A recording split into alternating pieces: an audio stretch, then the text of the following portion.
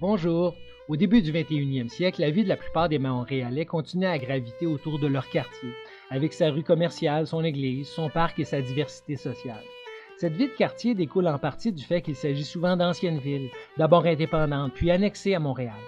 Un siècle et demi après sa fondation en 1642, Montréal, en 1800, demeure rivé au fleuve Saint-Laurent, coincé entre ses fortifications, aujourd'hui le Vieux-Montréal, entre les rues Saint-Antoine, Berry et McGill. Au moment de la Confédération, Montréal est la plus grande ville au Canada.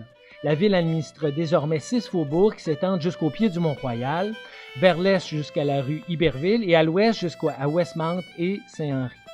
Vers 1900, la ville de Montréal annexe quelques petites municipalités du plateau Mont-Royal ainsi que Pointe-Saint-Charles et Hochelaga. Elle est alors la métropole incontestée du Canada et inaugure son réseau de tramway qui pavera la voie à de nouvelles annexions. En 1918, le territoire de Montréal fait désormais 5 fois celui qu'il était en 1860. Coup sur coup, la ville procède à 30 annexions qui concernent 23 municipalités différentes. Ces villes avaient été acculées à la faillite par des spéculations immobilières et par de généreux avantages accordés aux entreprises. Elles sont toutes absorbées par la ville-centre en même temps que leurs dettes accumulées. Montréal s'étend désormais jusqu'à la rivière des Prairies, suivant l'axe de la rue Saint-Denis. Elle s'étend aussi vers l'est jusqu'à Tétroville, suivant l'axe de la rue Notre-Dame, et vers l'ouest, suivant l'axe du canal Lachine. Beaucoup plus tard, en 1982, c'est aussi pour des raisons financières et pour profiter des services de la ville-centre que Ville-Saint-Michel, Rivière-des-Prairies et Pointe-aux-Trembles sont intégrés à Montréal. En 2002, l'opération Une île, une ville vise à réunir toutes les villes de l'île membres de la communauté urbaine de Montréal.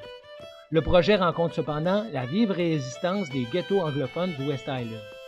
Au final, 13 villes entérinent leur adhésion à Montréal, tandis que 15 autres choisissent d'en sortir, dont Île d'Orval et ses 6 habitants. Au terme de ces fusions et défusions, la ville de Montréal est devenue ingouvernable de l'avis des observateurs. La ville compte ainsi plus de 100 élus, répartis dans 19 arrondissements. Elle doit de plus composer avec des instances supramunicipales qui relèvent tantôt des arrondissements, du fédéral ou de Québec.